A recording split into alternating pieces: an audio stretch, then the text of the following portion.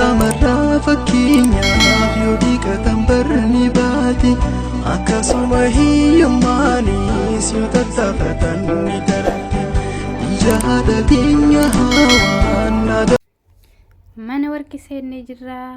Video kana jalqabarraa hanga xumuraatti nu faana bu'aan isiniin jedha. Hundi keessan as keessatti waa hubattan jechuu nu masqalillee ni jira, hundinuu ni jira jechuudha. Egaa bootaa isallee Abu Dhabii jechuudha. Abu Dhabii Madiina Zaayit jedhamti jechuudha. Bootichi baay'ee dahaba, bootaa dahaba bichaan itti argamu jechuu, qulqulluu natsaan itti argamu jechuudha. Kanaaf kan makaan keessan jirre feetu 21 feetu abbaa 22 24 argattu jechuudha. Argaa jalqabarraa hanga xumuraatti viidiyoo kee daawwadhaas keessatti gorsallee argattu jechuudha. Nafaana tura. Dhiifamaa jidduun afaan kutanii 999 bilbiltuu jechuudha. 999 999 sila barreeffamaa asirra isinii kaa'an beeku 999 isiidhaan bilbilattuu jechuudha. Sim kaardii mana san keessatti qabaatan taanaan rakkoon isinirra gahee rakkoo maallaqa isin dhoorgatu isinirra rakkoo geessu haa ta'u 999 bilbiltuuf jechuudha. Poolisii biyya kanaa ni dhufa. Hin sodaatinaa jechuu barbaadeeti. Bakka kanatti ijoolleen hedduun sodaatanii damoosa fiigatanii kabaa jiru, waraqata fiigatanii kabahan jiru. Hin sodaatana bakka kanatti jajjabinni baay'ee tokko nama barbaachisa jechuudha.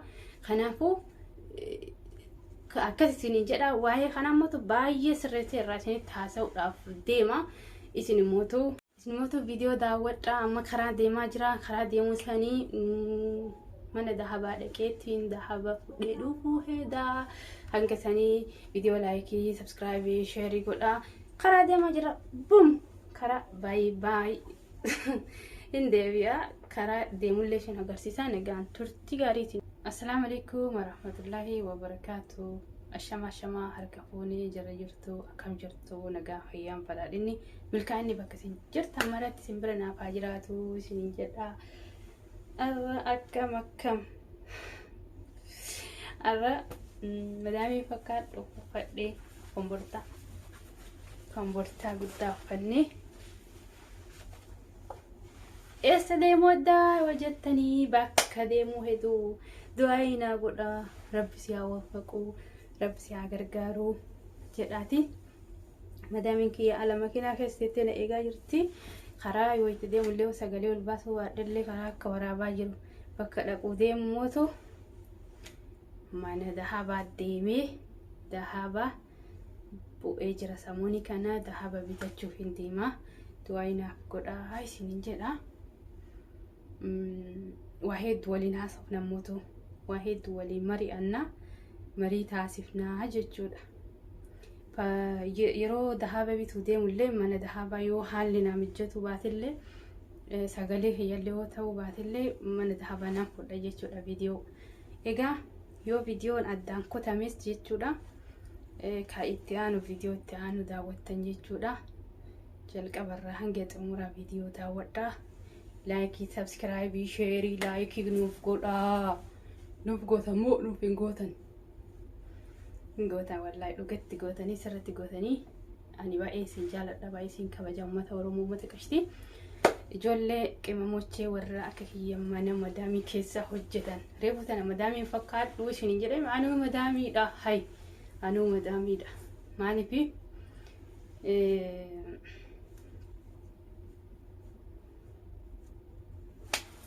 waan jechuufi barbaade tolcheen isinitti hima jechuudha. Qimamochee mana madaamii keessa jiraniif wantoota hedduu biyya hormaa kana keessatti wanta naqonnamillee isiniif qooda jechuudha. Seeraa fi heera biyyattiin tun qabdullee isinii hima jechuudha. Biyyaan keessa jiru Dubaay, Imaraatii keessa jira jechuudha. Imaraatii Dubaay biyya bareedduu, biyya mirga namaa sirriitti ilaaltu jechuudha. Biyya argitee warra zeegaa biyya kanaatirra zeegaa biyya ormaatirraa dhufee sirriitti mirga isaanii eegan jechuudha. Namnummaan seeraa fi heera biyyattii tana osoo hin cabsinetti fayyadame taanaan Dubaay biizinasaaf sii taati, jireenyaaf sii taati, dalagaaf sii taati, waa hundumaaf sii taati jechuudha. Baay'ee tokko natti toltee jirti. Egaa yeroo xiqqishoo gabaabduu keessatti biyyatti imaluu deema, biyya kiyya biyya Oromiyaatti ittiin galuu deema. Isiniin jedha achitti madaamii ta'uu barbaada. Itti gaddaama. Okay? Achitti madaamii ta'uu deemna jechuudha. Okay? Kanaafuu bakka jirtan maratti nageenyi kan rabbii kan jaalalaa kan kabajaa isin bira haa jiraatu. Akkuma kaase Imaraatii keessatti Imaraatiin seera fi heera ofii danda'e qabdi jechuudha. Namni Imaraatii keessa jiraatan namni asirratti dhiifama ijoollee paaspoortii hin qabnu madaamiin birrii ji'a 9 ji'a 10 nu hojjechiiftee nu dhorgattee jettan jirtu jechuudha. Keessa waa hedduu dhageenya jechuudha ijoollee waliin.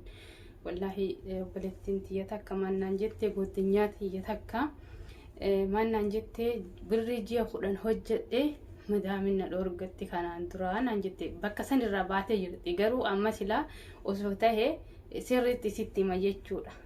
Birrii ji'a 10 na dhorgattee jalaa bahee jette. Paaspoortii qabaachuu baattee jechuudha. Damoosa kan kee funya uraa fuudhaaf jechuudha seerri biyya kana.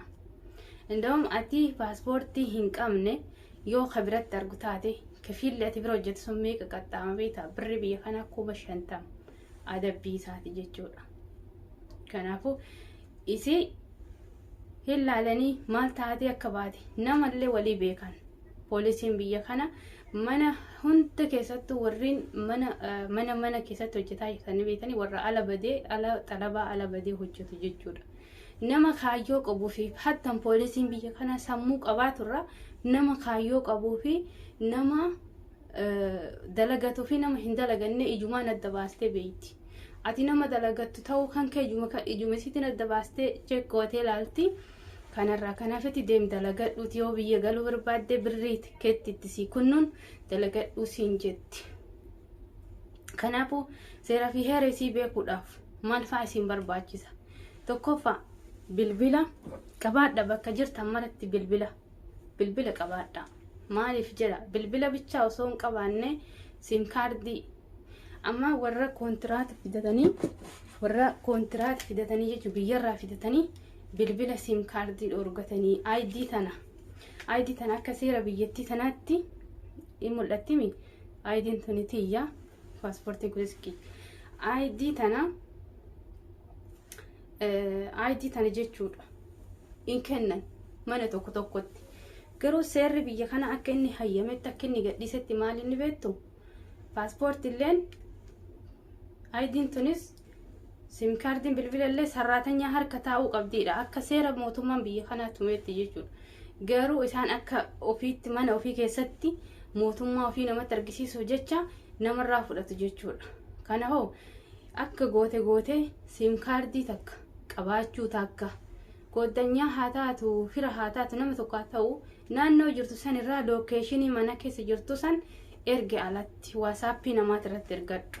Yoo namni kun mana kana keessa hin beekame rakkina baay'een irratti uumaa jirti yoo kabeet taate kunis mala gabaabaadha. Lookeeshinii naannoo mana keessa jirtu san ergi.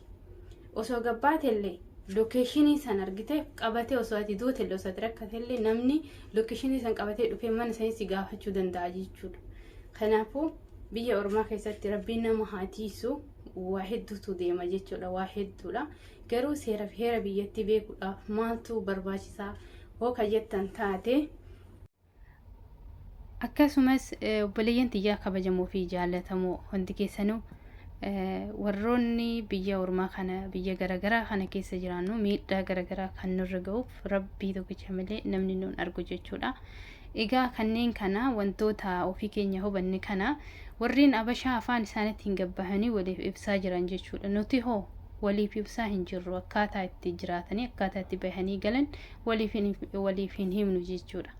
Kanarratti baay'ee tokko itti hojjetuu qabdanii yuutubaroota illee taatanii warroonni karaa gama tiktokii gama sooshaal miidiyaa hundumaanuu wanta kanatti fayyadamuu qabdanii isin jedha. Maaliif namni jijjiiramaaf biyya isaatii baheetiin jedhe akkaataa itti jijjiiramu san ilaale malee akkaataa miidhama isaa waan isarra gahu hin hubanne jechuudha. Manoota hedduu keessatti namarra miidhaa geessuudhaaf baay'ee warri yaadan jiru. kanaaf namni seera isii beekeetiin itti hojjete taanaan Imiraatii keessatti wanti tokkollee osoo namarra hin geenye karaa biyyoo fi nagaan galuu jechuudha. Maallaqi isaanii kan dalagatanii fudhatanii nagaa warri galu jiru jechuudha. Kanneen warroota ammaa isinitti haasa'u kana hedduminaan gadi qabne irraa haasa'uu barbaada. An akka mataa kiyyatti wantoota na mudatan keessallee haasa'uun barbaada jechuudha. Egaa kabajamtoota fi jaalatamtoota akkuma jalqaba irratti isiniif himuudhaaf yaalii godhe amma alatti gabbee jira. Aduun waan biraati. Hanga achi ala keessa qachi deemniti hanga makiinaa bira geennu deemaa jirra waan ta'eef saniifin viidiyoo alallee waraabaan jira jechuudha. Viidiyoo kiyya daawwadha. Mana deemaa jiru bakka deemaa jiru isinitti himee jira. Kuno dahaba mana dahabaa bira geennee jira. Gold jedhee gubbaratti barreeffamee jira. Egaa asirratti waan isaa waan hundumaa viidiyoo itti aanuun isiniif deebi'ee isiniif ibsa jechuudha. Siinammaa viidiyoo hanga kana viidiyoon natti dheeratee jira. Kanaafuu viidiyoo kana daawwadha. Laayikii, sabskiraayibii, sheerii godhaa. Amma karaa deemaa jirra waan taaneef bakka geenne meeshaa bitadhee dhufillee viidiyoo irratti qabadheen isinii dhufa. Isin viidiyoo laayikii, sabskiraayibii, sheerii godhuudhaan na bira dhaabbadhaa isiniin jedha. Egaa hundi keessanuu bakka jirtan maratti nageenyi kan Rabbii kan jaalalaa kan kabajaa isin bira naaf haa jiraatu isiniin jecha. Hayyee wanti jechuu barbaade takka baay'ee tokko hedduu takka biyya Arabaa keessatti ni hojjannaa ni xaarra. Mastaawashaa waan nuuf ta'u wantoota tokko fudhadhaa isiniin jedha ijoollee teennaa. Uffata binnee kolkolee binnee meexeqashii homa bututtuu garagaraa guurree deemna. Garuu kuni bootaan kuni faayidaa qaba jechuudhaan hanga kanaan dura hedduu natti hin dhagaamne amma natti dhagaamu jaammaree jechuudha. Egaa fudhadhaa galadhaanii isiniin jedha. Kanaaf baay'ee tokko waan ofii kiyya jaaladheen isiniif qoodutti jira. Egaa viidiyoo itti aanu qabadheetiin dhufaa. Laayikii, sabskiraayibii, sheerii naaf godhaa. Amma mana keenya amma booticha geennee jirra. Booticharraa dacha'uudhaaf birrii lakkoofni lafa keennee jirra isiniin jedha. Daawwattoota fi kabajamtoota kiyya laayikii, sabskiraayibii, sheerii baay nagaan